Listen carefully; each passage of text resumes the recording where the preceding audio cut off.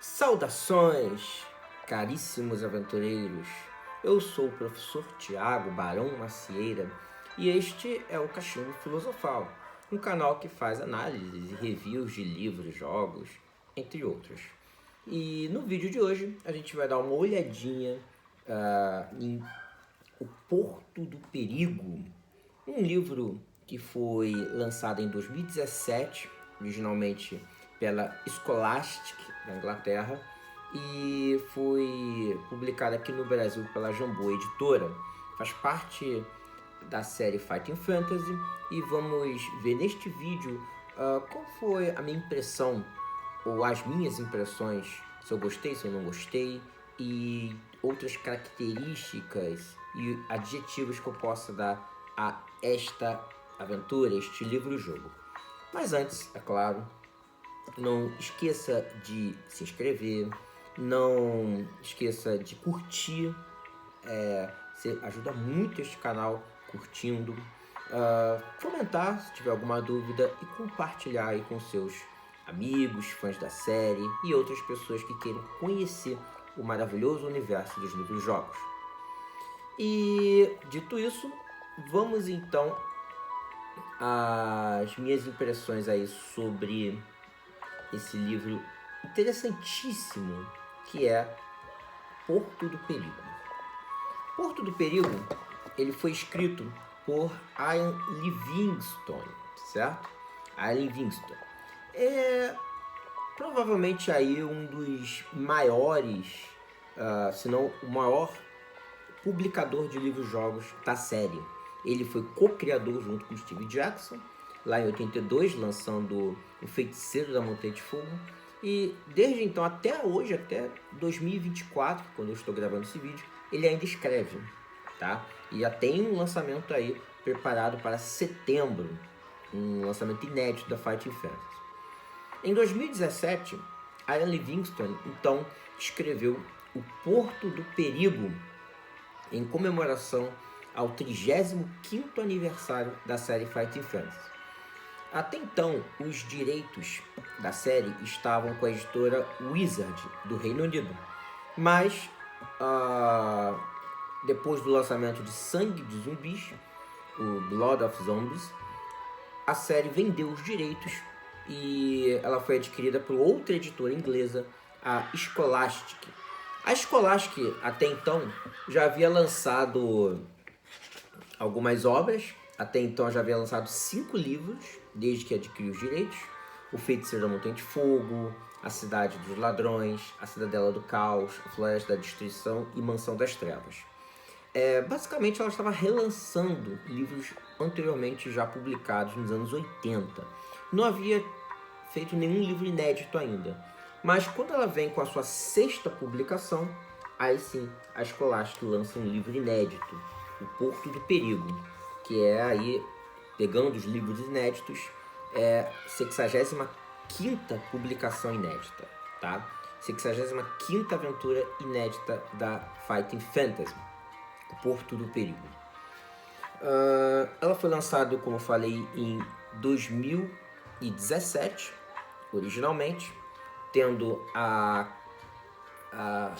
obra escrita aí por Ian Livingstone, um mapa mostrando detalhadamente as cidades e os lugares de Alância, onde se passa o cenário desta aventura, contribuição aí de Léo Artas, e a capa é de Robert Ball, certo?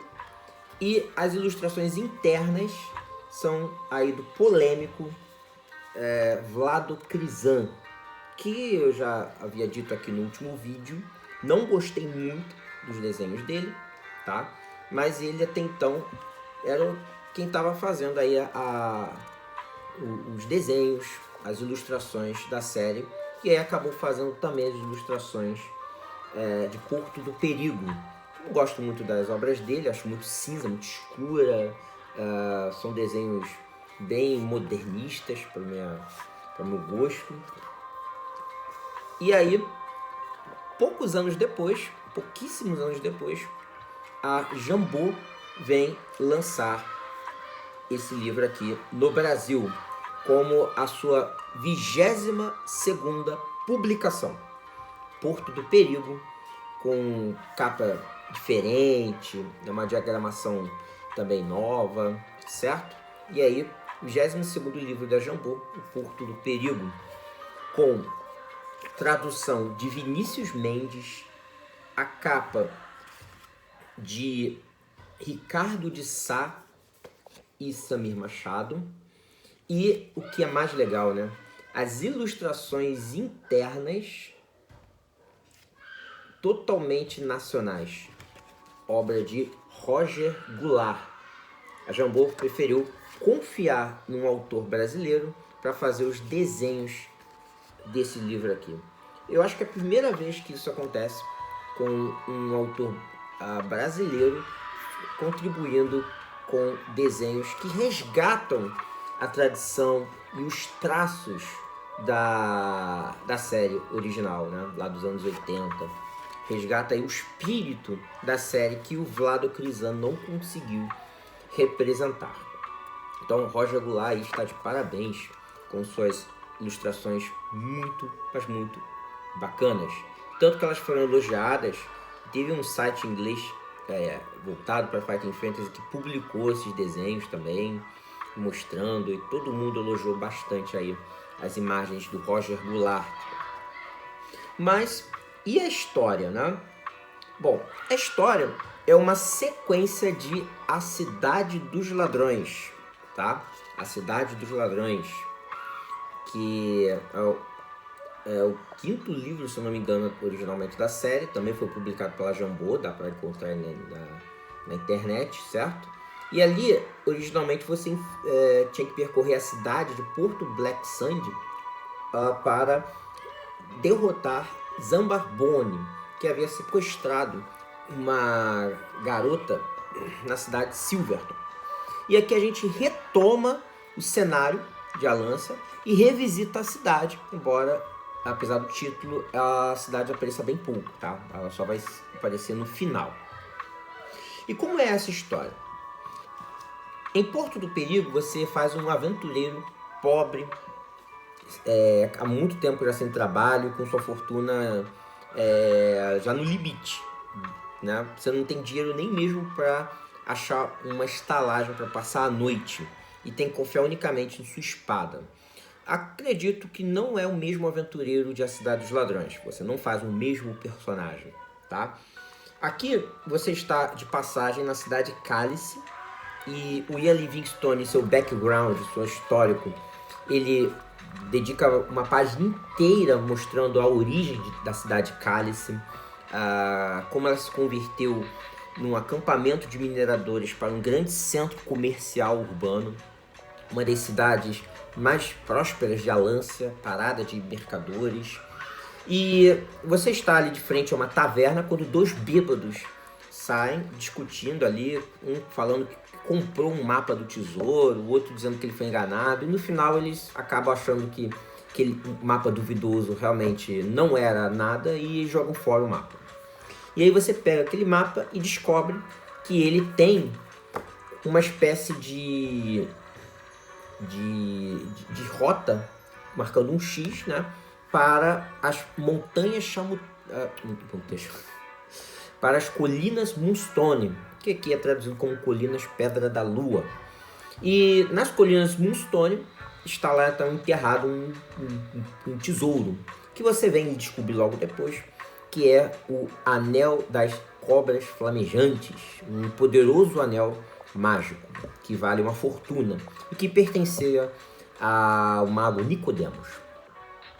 Então, sem nada a perder, você decide encontrar esse tesouro.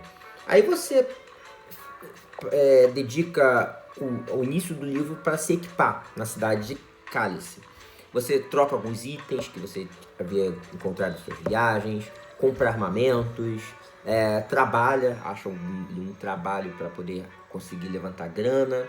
E depois de passar por alguns infortúnios e peripécias no porto em Cálice, você decide então ir para as colinas Moonstone. Lá nas colinas você vai encontrar os velhos homens das colinas que continuam atormentando aquele lugar, vai encontrar animais selvagens, vai encontrar alguns homens orques, monstros e tal. Até que você chega no penhasco do crânio, onde está o tesouro.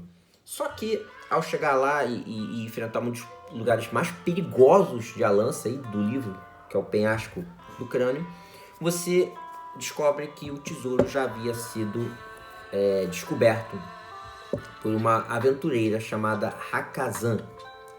Hakazan é um NPC que vai te ajudar, ela é uma ninja, tá? E ela também estava atrás deste anel, deste poderoso tesouro. No final das contas, ela diz que o anel ele já havia sido encontrado e ele estava agora em posse de Bakamart Jagol. Bakamart Jagol, acho que esse é a pronúncia do nome dele. E Bakamart Jagol, então, ele encontrou o tesouro e agora está na floresta de Darkwood, ou Floresta Madeira Negra, como está na tradução brasileira. Então você decide unir forças com Hakazan e parte em direção à floresta Darkwood. Chegando na floresta, você encontra a cabana de árvore, a casa de árvore onde está o Bakamart Jagol, e descobre por meio dele que o tesouro não está mais com ele. Ele havia sido roubado por um campeão do caos, um guerreiro vestido uma armadura de ferro e uma clava, e ele servia ao Lord Azur, o tirano de Porto Blacksand. E você descobre também que Lord Azur, ele é servo de Zambarbônio, e ele está preparando aí a volta de Zambarbônio para o nosso plano terreno. E ele quer esse anel porque esse anel ele é uma das poucas armas do mundo que podem enfraquecer e destruir o Zambarbônio. Então ele manda, o Lord Azur manda o campeão do caos, ele rouba o Bakamart e agora está se dirigindo para Porto Blacksand. Diante dessas notícias e dessa reviravolta, você desiste aí de pegar o tesouro só para si e agora decide ir para Porto Blacksand atrás do campeão do caos. Hakazan, diferente de outros NPCs do Ian Livingstone, que costumam ser inúteis e quase não te ajudam em nada, ela te ajuda muito. Ela ajuda a enfrentar monstros com você, ela te dá informações importantes, ela te ajuda. Então ela mostra essa aqui uma importante aliada. Só que ela se machuca na floresta Darkwood, ela é ferida ali numa armadilha, e você tem que ir sozinho, enquanto ela vai para a torre de Astrom. Quando você está meio caminho, você descobre que o campeão do caos já está praticamente quase chegando em Porto Blacksand, e você não vai conseguir pegá-lo a tempo. Então você decide visitar o mago Iastromo, que costuma ajudar aventureiros que querem salvar o mundo. Iastromo, então, ele te empresta um cavalo, além de te dar algumas ajudas mágicas, para que você consiga, na velocidade do vento, chegar a Porto Blacksand antes do campeão do caos. Só que você descobre que a torre de Astrom, outrora branca, agora está ficando enegrecida, escura, e que o poder das trevas está tomando conta dela. Isso significa a iminente volta de Zambarbônio. Então você tem que ir muito rápido, correr contra o tempo. Você usa o cavalo até chegar numa cidadezinha chamada Linho, e lá nessa cidade você troca o seu cavalo por um barco, e o barco pelo rio chega em Porto Blacksand. Em Porto Blacksand você vai atrás do Nicodemos, mas descobre que ele foi sequestrado pelas forças de Lord Azur. E é nesse momento que você enfrenta o campeão do caos, luta contra ele e o derrota. E consegue pegar dele o anel das chamas, das serpentes flamejantes. Depois descobre que o Nicodemos foi levado para a prisão, e o único que pode despertar o poder do anel é o Nicodemos. Então você vai precisar achar o mago. Agora, como o Nicodemos foi preso, eu achei a maneira que ele foi preso aqui um pouco não convincente, né? Desculpe, Ian Livingstone, um mago tão poderoso como o Nicodemos ser pego da maneira que você descreveu aqui, um sonífero, pelo amor de Deus, né? Mas enfim. Aí você então parte para a estalagem. Aqui em Porto Blacksand, antes de você resgatar o Nicodemo, você visita a estalagem Lagosta Negra, descobre informações de lá. Você também visita uma ou duas lojas para comprar itens mágicos e aí consegue chegar no palácio. Lá no palácio você visita apenas os calabouços, a masmorra do castelo. E notório, porque é um dos únicos, eu acho que é a primeira vez que você consegue visitar o Palácio de Lord Azan, embora você não enfrente. Mas você resgata Nicodemos, foge da cidade numa fuga espetacular e volta para a torre de Iastromon. E no caminho você já vê lá os Zambarbone se materializando com seu exército de caveiras, esqueletos, prestes para tomar a torre e eliminar o Iastromon e facilitar sua conquista de Alança. Só que agora você está lá com a Hakazan, com Iastromon, com Nicodemos e com aliados poderosos para derrotar aquele exército. Aí tem a batalha final épica na frente da torre de Iastromon, que vai decidir o destino de Alança. E aí, Zambarbone conseguirá vencer ou você no final terá êxito?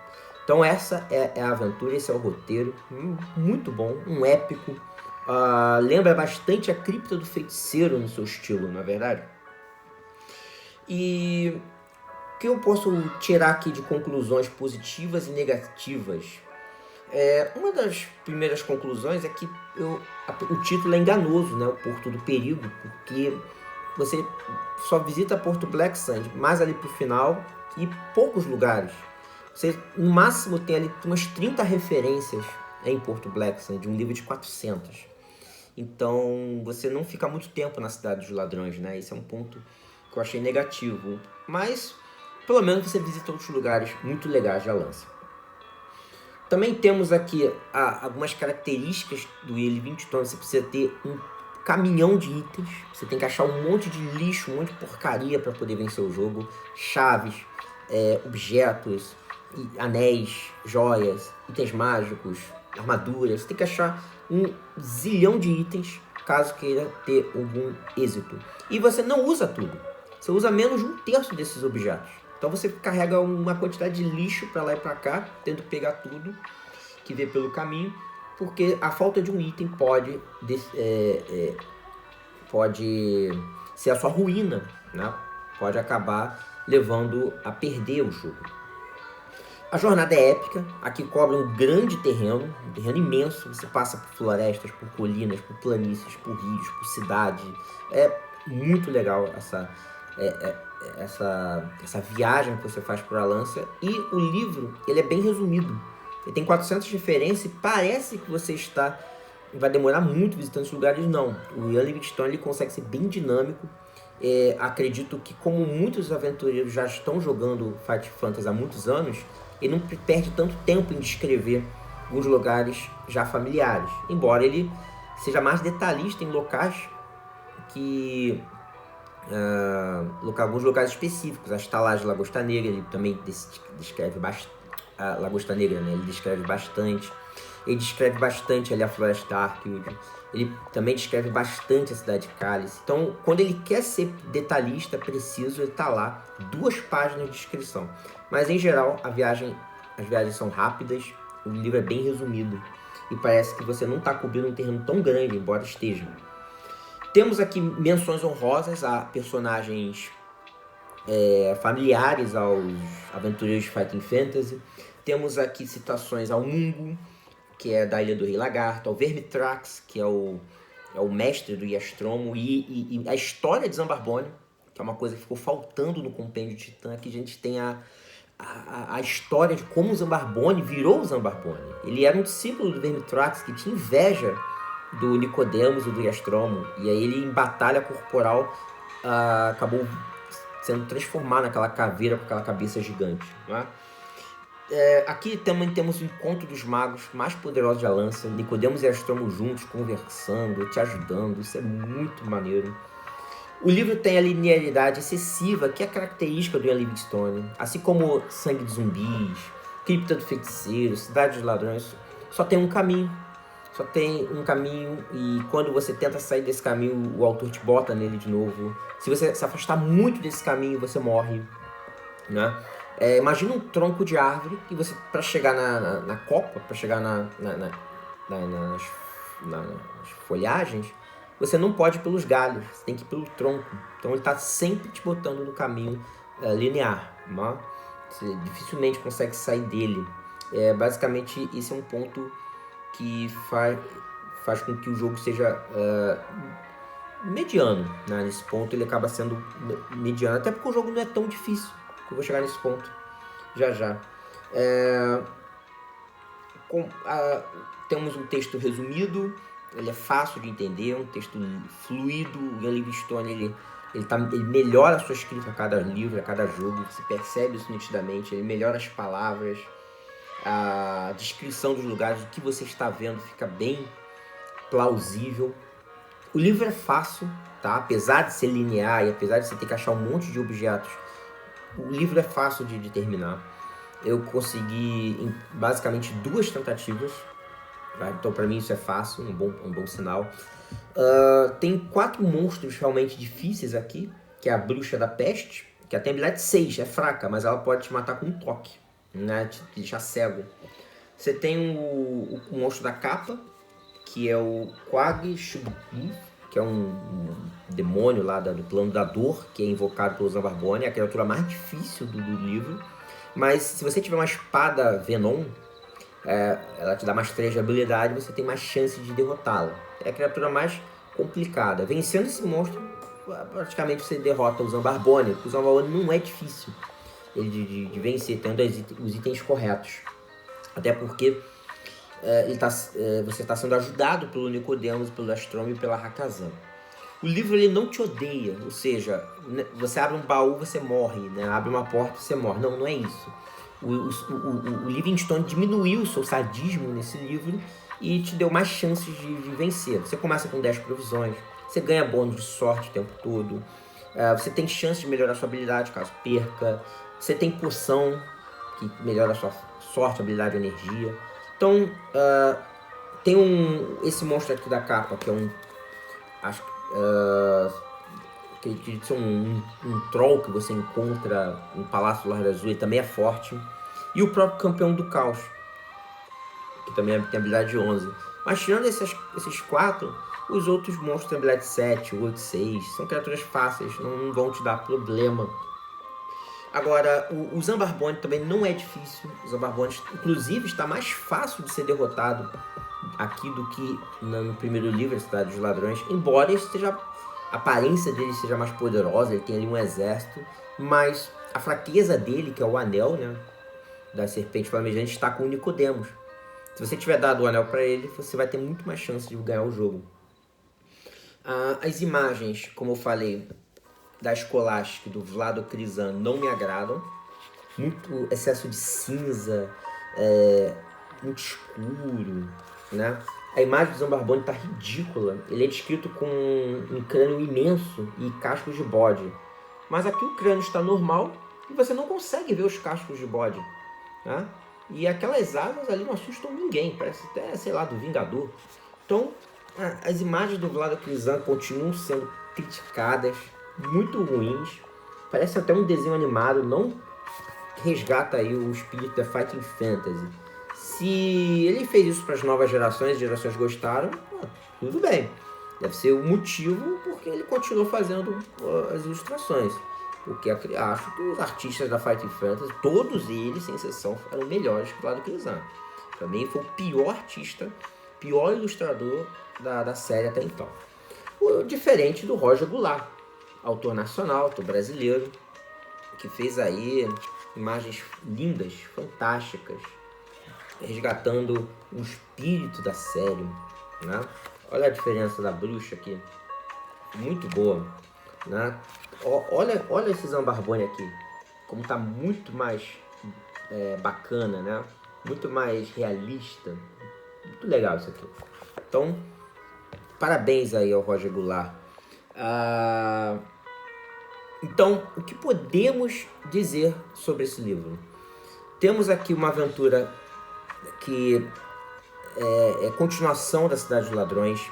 Está boa demais. Minha nota aqui vai ser 8,5 para Porto do Perigo.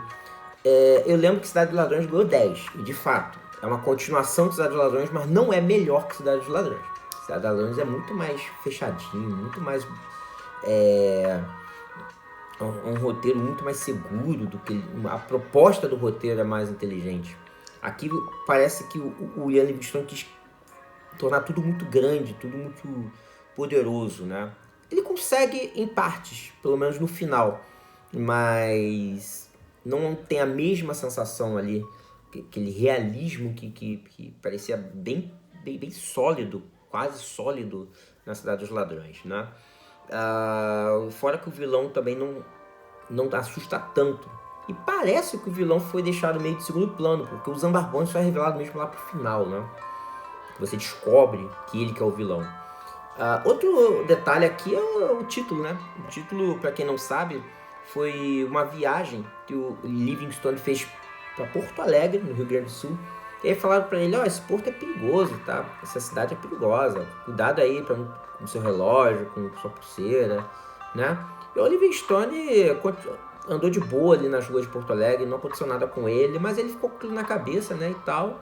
E aí levou a Porto Alegre, um porto perigoso e tal, Porto do Perigo, Black Sand, beleza. Então, o título foi pensado depois dessa viagem aí a Porto Alegre aqui no Brasil. Isso é verdade, tá? Isso é verdade. Tem uma entrevista dele que ele fala sobre isso. Então aí, tá, gente? Nota 8,5 para 9, quase chegando a 9. Vamos botar 8,75, vamos ser mais específico, porque eu gostei muito, achei fácil. E um bom livro aí para quem quer começar na Fighting Fantasy. Acho que tá recomendado por todo o período. Beleza, gente? Obrigado por terem me acompanhado até aqui. Tchau a todos, fiquem com Deus, uma ótima semana e que a energia de vocês nunca acabe. Tchau!